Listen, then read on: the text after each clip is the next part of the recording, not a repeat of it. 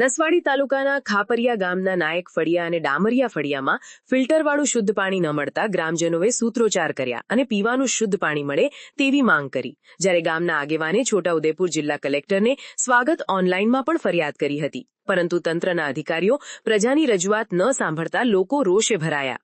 છોટાઉદેપુર જિલ્લાના નસવાડી તાલુકાના આદિવાસી વિસ્તારોમાં ફિલ્ટરવાળું શુદ્ધ પાણી મળે તે માટે સરકાર દર વર્ષે પાણી પહોંચાડવા માટે તેમજ પાઇપલાઇન રિપેરિંગ કરવા માટે દર વર્ષે 2 કરોડ રૂપિયા ખર્ચ કરે છે, પરંતુ બોડેલી પાણી પુરવઠા વિભાગના અધિકારીઓ સરકારના નાણાં દર વર્ષે સરકારી ચોપડે ખર્ચ પાડી દે છે, પરંતુ અધિકારીઓએ અસહ્ય ગરમીમાં પ્રજાને પીવાના પાણી પહોંચાડવામાં નિષ્ફળ રહ્યા છે. જ્યારે નસવાડી તાલુકાના ખાપરિયા ગામના નાયક ફળિયા અને ડામરિયા ફળિયામાં 700 જેટલા લોકોની વસ્તી આવેલી છે, જ્યારે આ બંને ફળિયામાં નલ સે જલ યોજના ઘરે ઘરે પાણી પહોંચે તે માટે પાઇપલાઇન તેમજ નળ બેસાડવામાં આવ્યા હતા, પરંતુ બંને ફળિયામાં પાણી મળતું નથી. ગ્રામજનોએ વારંવાર પાણી પુરવઠા વિભાગના અધિકારીઓને રજૂઆત કરી, પરંતુ પ્રજાની રજૂઆત અધિકારીઓએ સાંભળતા નથી. આદિવાસી વિસ્તારમાં ગ્રામ પંચાયતના વોટરવર્ક્સના પાણી આવે છે તે પીવા લાયક નથી.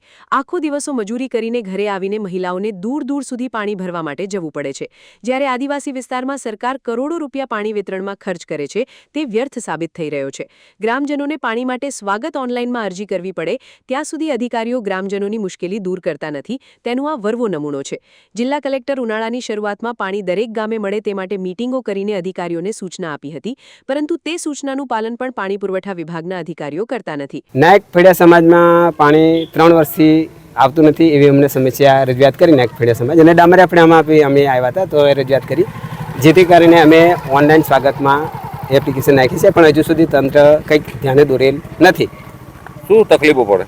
તકલીફો આ અત્યારે જુઓ, આટલો કાળઝાળ ગરમીમાં માણસ ખેતરમાં કામે જાય, રેપચેપ થઈને આવે, અને ઘરમાં પાણી ના હોય તો બૈરું વ્યવસ્થિત સમયસર ભોજન બી ના બનાવી શકે, અને પાણીની વ્યવસ્થા નહીં તો આખો આર્થિક તંત્ર ખોળવાઈ જાય છે, અને પશુપાલનને બી પાણી પાવું બહુ મુશ્કેલ પડી જાય છે. અને ખેતી લગતા અમે જોડાયેલા છે બધા અહીંયા માણસો, તો પશુપાલન માટે બી પાણીનું ત્રાહિમામ નાયક ફળ્યું છે.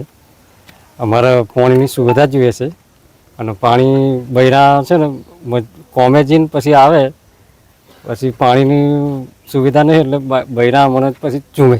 હવે જો રોંધવાની ટાઈમે પછી છે ને અમારે અહીંયા ચૂમકાર કરે, હવે અમારે પાણી ભરવા જેવું કોઈ નહીં જેવું. કઈ દૂર જવા પાણી ભરવા? ક્યાં પાણી દૂર જવા પડે ભરવા. બીજું કે પાઇપલાઇન બેસાડેલી છે? 2 વર્ષ ત્યાં પાણી નહીં આવતું. ઘેર ઘેર પાણી? એમ કે ઘેર ઘેર પાણી, ઘર ઘર પાણી કે 2 વર્ષ ચેટું જ પાણી ભરવા જવાનું થાય. નાયક ફળિયું છે અમારું.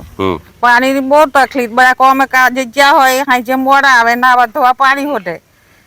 અને પાઇપો નાખેલી કેટલા વર્ષથી નહીં આવતું પાણી? પાઇપો નાખેલી કેટલા વર્ષથી નાખી એ ખબર નહીં, પણ આ નાખી હતી 3 વર્ષથી, તે પાણી નહીં આવતું અમારે.